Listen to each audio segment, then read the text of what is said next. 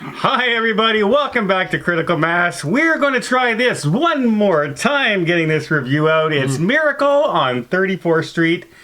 An all-time classic. We're not talking the remake, we're talking the original, black and white and everything. I've seen it lots of times because I'm old. Bits and pieces. Of the remake? Never. Yeah. So let's see what someone who's seen it many times thinks, and people who've never seen it ever. But all you have to do is believe. All right, Mark, for Critical Mass, I got you a Christmas present. Let's open it up. Ooh. So excited. You look disappointed. What's wrong? I got one of those last year.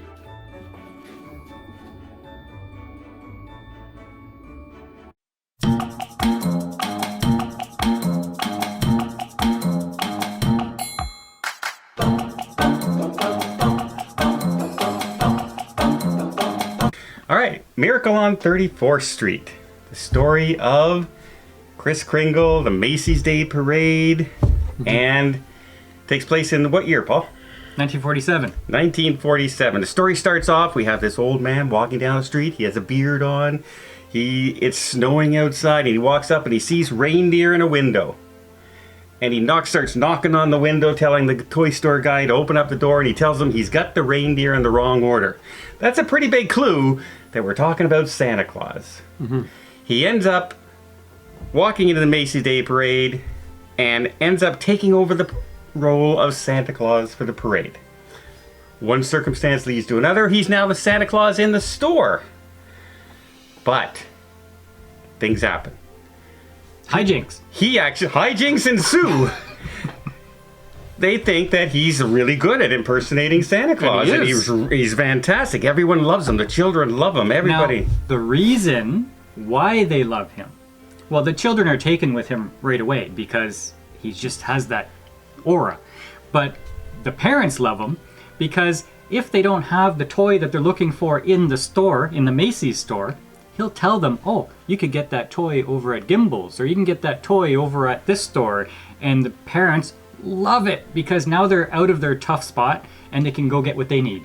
Yeah. And they're so amazed that a store employee from this store would send customers to their competitor. And really, you can't do that today because you can find it on Amazon is the answer to all of it.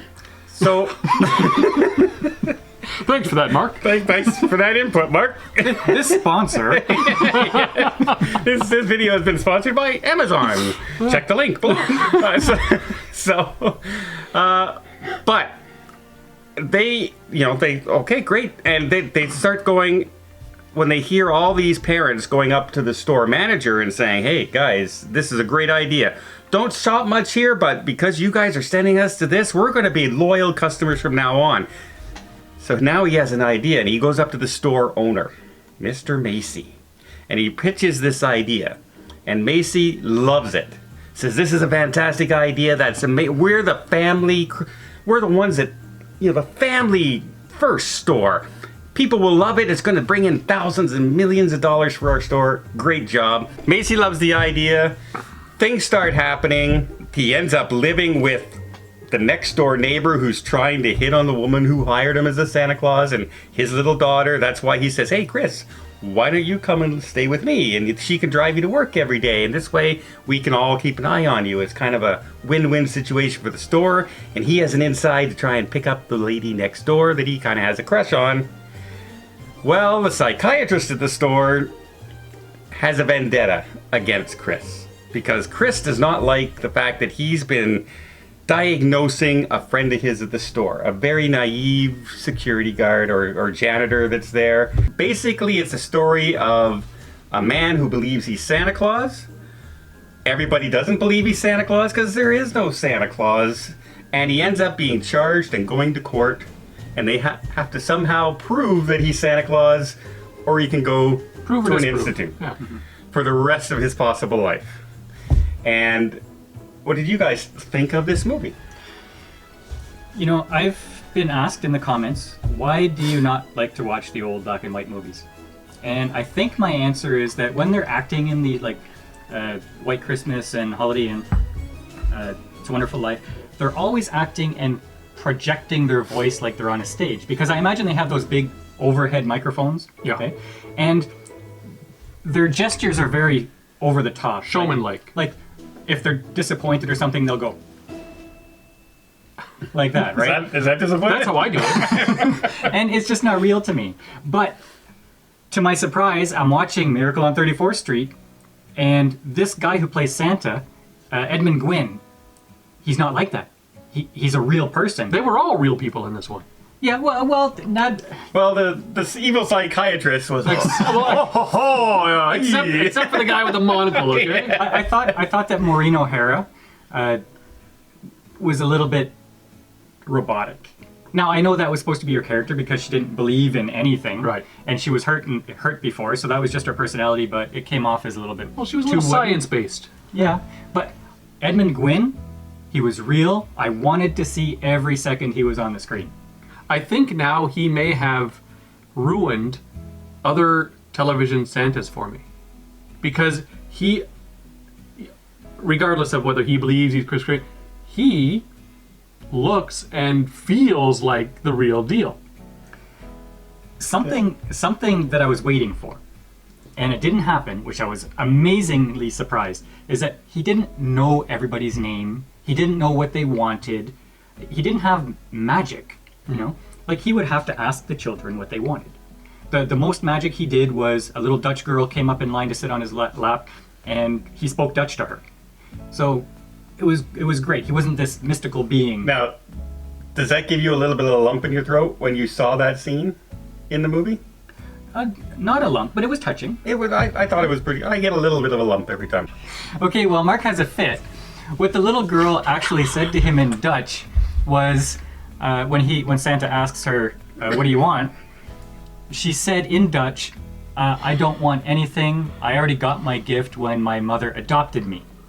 So that is even more touching when you know. Yeah. Right. You okay now, Mark? Okay. I don't think so. I didn't know it was that funny of a movie. Okay. It's not the movie. All right, but see, I've seen the remake. You've seen parts of the remake. Yeah. And now in this one,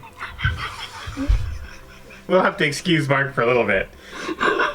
In this one, they're trying to prove he's Santa Claus, and what they need is some kind of authoritative voice to say, yes, he's Santa Claus.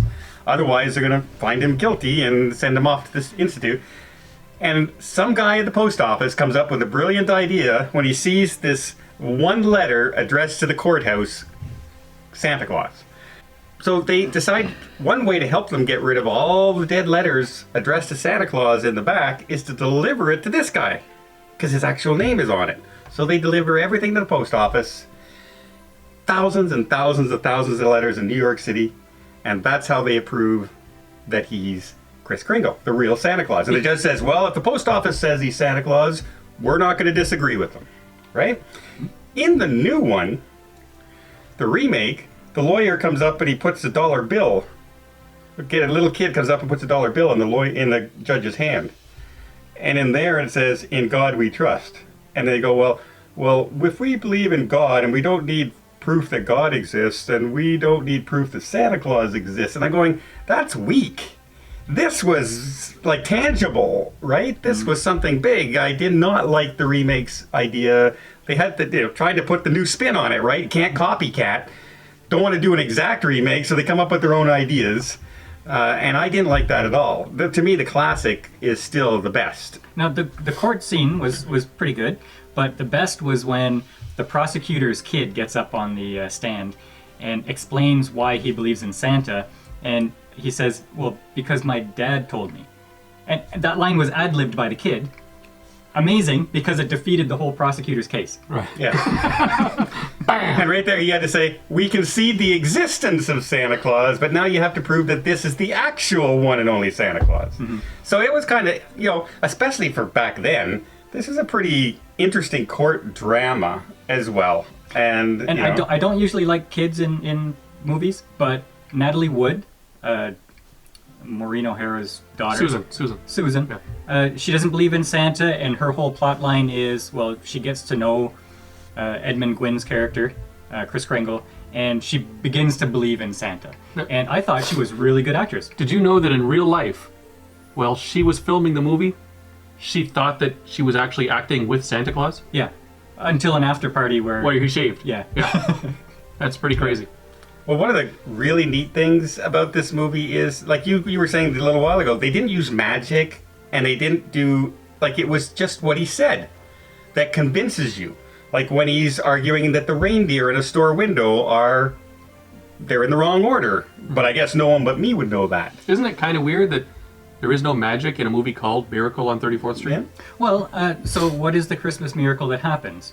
Well, he got 2 people or 3 people to believe in Santa. But also, he got the Christmas spirit going between Macy's and Gimbel's, which were fierce competitors at the time. And so when Gimbel's hears that Macy's is doing this goodwill thing by sending customers to wherever they know the toys are, Gimbel says, whoa, whoa, whoa, we have to do that in all our stores too. And now they're shaking hands and they're being like civil. And it's spreading cheer everywhere, not just at the one location, which is what Santa Claus does. Mm-hmm. I would say, if I were to rank now all the classic Christmas movies that we've done.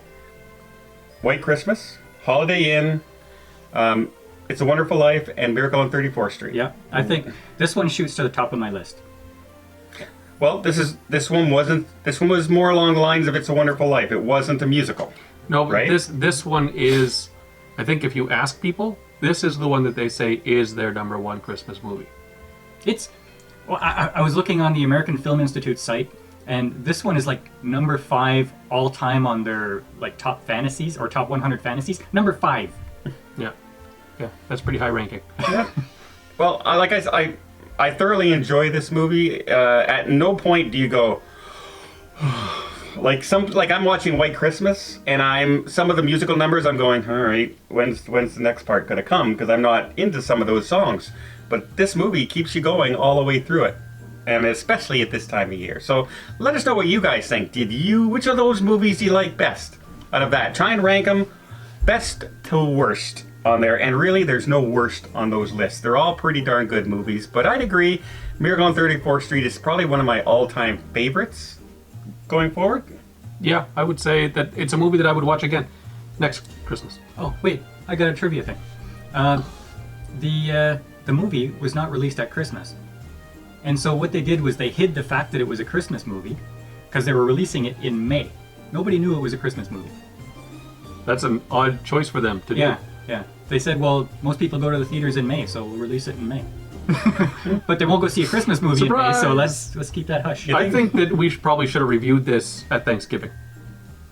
Movie opens up at Thanksgiving. Well, American Thanksgiving. What? No? What are you talking about? The Macy's Day Parade. It's a Thanksgiving Day It's a Thanksgiving Day Parade. You would think that's when they would have originally opened the movie. Right. Yeah. Right. Well, let us know what you guys think. Rank them worst to first or first to worst, whichever you want. 1, 2, 3, 4. Miracle on 34th Street, It's a Wonderful Life, White Christmas, Holiday Inn. Tell us which one's your favorite, and until next time, we'll see you on the channel.